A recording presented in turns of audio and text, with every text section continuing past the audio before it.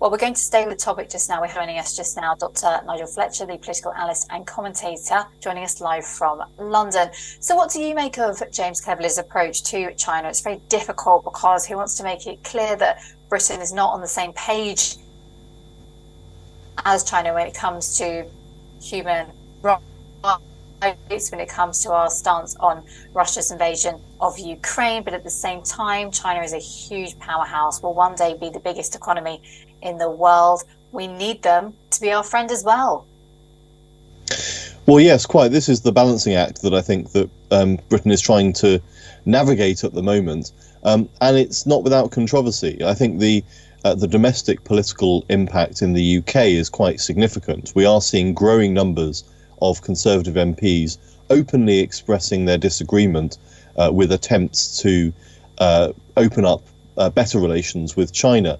As you mentioned in your introduction, there is a report from the Foreign Affairs Select Committee which effectively brands China as a threat to the UK, which is quite tough language, but this is the kind of thing we are hearing increasingly from a number of people within the Conservative Party, that they believe that the government is wrong to try and navigate the relationship towards sort of a more normalised relationship on a whole range of issues, from anything from climate change through to the war in Ukraine.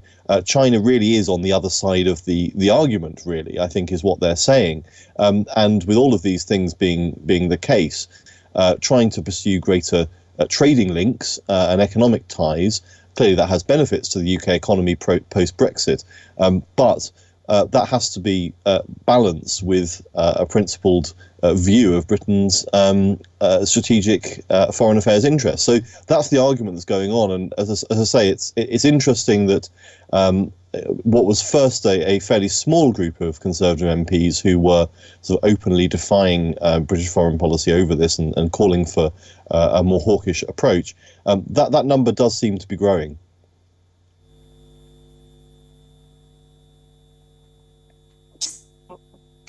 Will conclude a success for James Cleverly when he walks away from Beijing, China this week? What do you think he'll be wanting to come back to our media?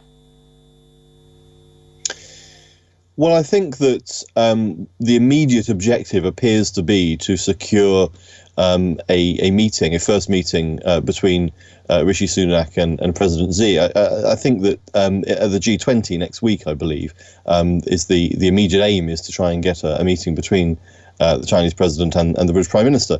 That, of course, does in some senses normalise the relationship that has been rather overtly frosty since about 2019. So that appears to be the immediate foreign policy objective, is to try and secure that sort of high-level relationship between the heads of government. But I think in the broader terms, I think it is an attempt to sort of make progress on all of the long list of things that will be on his agenda, everything from human rights through to, as I mentioned, climate change. I think is an interesting one because we have a situation where most of the West has committed itself to carbon reductions, and the big elephant in the room really is that China really hasn't engaged with that and is issuing more coal licenses than ever before.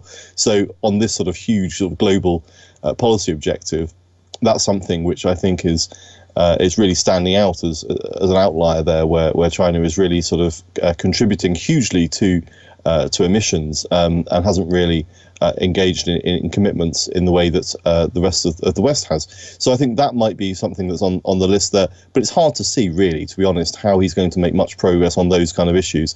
It does seem to be, in the immediate term, just a question of trying to re-establish diplomatic relations in the sense of trying to promote further talks. I think that the phrase from Alicia Kearns that you mentioned, saying that it's best for Britain to be in the room, is probably really all of the objective that James Cleverly is looking to secure. He is in the room today, and he's going to hope that Rishi Sunak will be in the room next week. And I think that's really as far as the relationship is going to go at this point.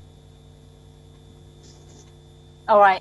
Dr. Nigel Fletcher, thank you so very much indeed for your analysis. You're right to point out that, of course, we've got the G20 next week, and people will be looking out to see if that meeting between Rishi Sunak and Xi Jinping does indeed come to fruition. Thank you so much indeed for coming on WION today.